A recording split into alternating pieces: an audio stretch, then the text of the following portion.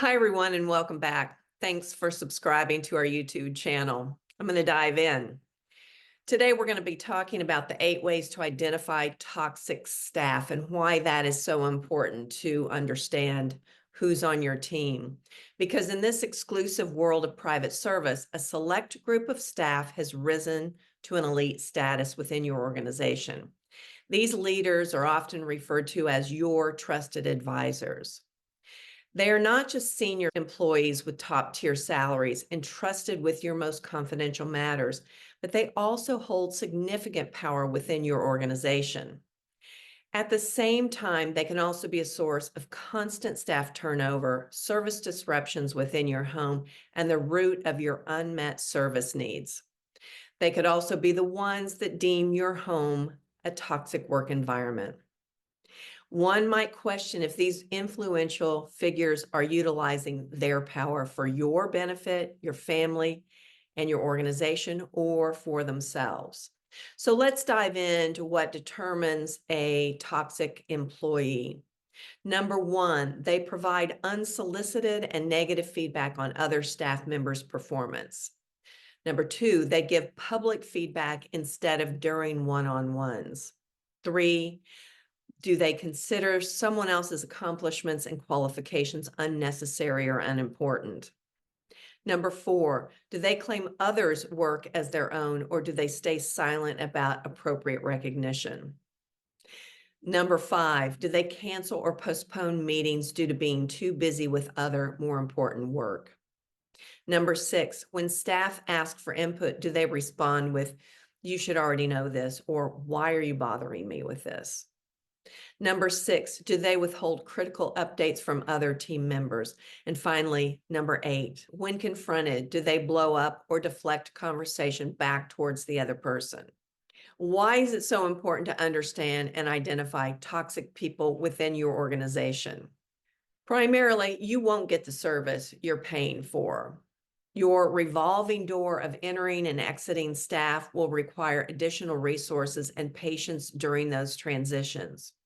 Your family will continue to feel disrupted in their daily lives. Your household staff will feel insecure and seek more secure opportunities, or worse, they'll stay, but they'll burn out trying to navigate the endless no-win situations.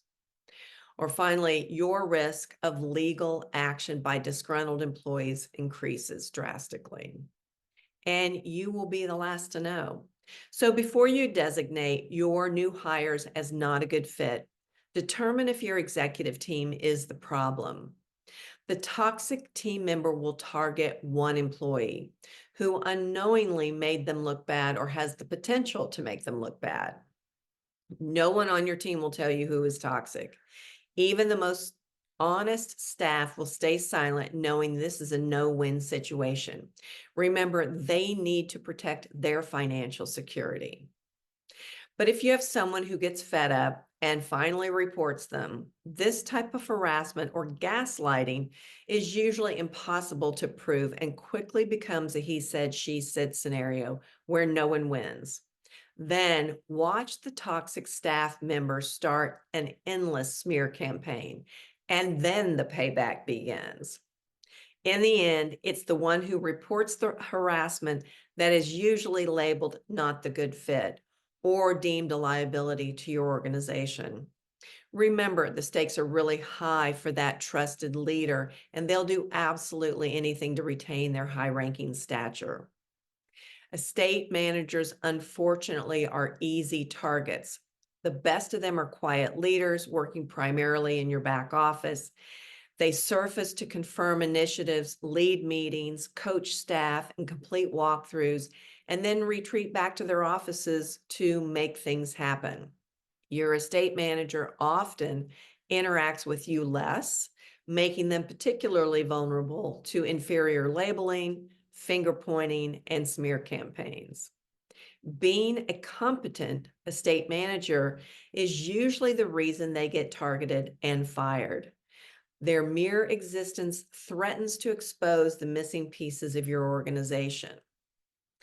We know you employ staff to take HR issues off of your plate.